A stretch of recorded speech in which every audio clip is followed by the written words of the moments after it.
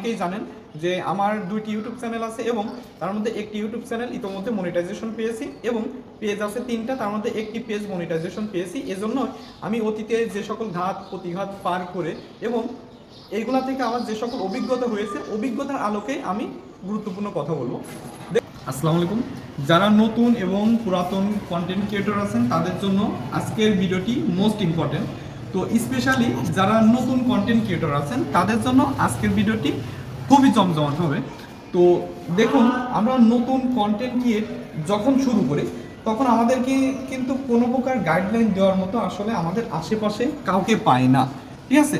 তো পর্যায়ক্রমে যখন রেগুলার মেনটেন করে ভিডিওগুলো আপলোড দিতে থাকি, একটা পর্যায়ে দেখা যায় যে আপনার অনেকের সঙ্গে কমিউনিকেশন হয়, এর ফলে আপনারা অনেক কিছুই তাদের থেকে গাইডলাইনটা নিতে পারেন। কিন্তু নতুন অবস্থায় যারা থাকেন তাদের কিন্তু কোনো প্রকার গাইডলাইন নেওয়ার মতো এমন কোনো ব্যক্তি থাকে না। এজন্য আপনাদের জন্য কিছু গুরুত্বপূর্ণ বিষয় শেয়ার করব, কারণ আপনারা অনেকেই জানেন যে আমার দুইটি ইউটিউব চ্যানেল আছে এবং তার মধ্যে একটি ইউটিউব চ্যানেল ইতোমধ্যে মনিটাইজেশন পেয়েছি এবং পেজ আছে 3টা, তার মধ্যে একটি পেজ মনিটাইজেশন পেয়েছি। এজন্য আমি অতীতে যে সকল ঘাত প্রতিঘাত পার করে এবং এইগুলা থেকে আমার যে সকল অভিজ্ঞতা হয়েছে, অভিজ্ঞতার আলোকে আমি গুরুত্বপূর্ণ কথা বলবো।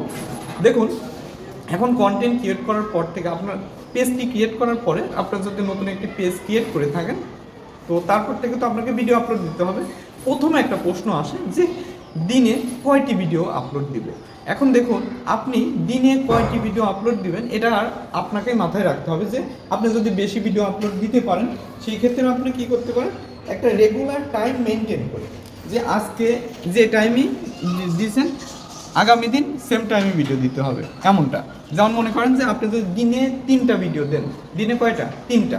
সেক্ষেত্রে আপনাকে দিতে হবে, যদি বাংলাদেশের ক্ষেত্রে হন সেক্ষেত্রে আপনাকে 10টার দিকে, সকাল 10টার মধ্যে অবশ্যই আপনাকে একটা ভিডিও আপলোড করতে হবে, ওকে? আর দ্বিতীয় ভিডিও আপনি আপলোড করবেন দুপুর টাইমে, আপনি দুপুর টাইমে একটা ভিডিও আপলোড করবেন। আচ্ছা, তৃতীয় নম্বরে যখন আপনি আরেকটা ভিডিও আপলোড দিবেন তো সেই ক্ষেত্রে আপনার অবশ্যই সন্ধ্যা 6টার পর থেকে রাত 9টার মধ্যে ভিডিওটি আপলোড দিতে হবে। কী কারণে? আমরা সাধারণত এই টাইমে কিন্তু সবাই অনলাইনে অ্যাক্টিভ থাকে।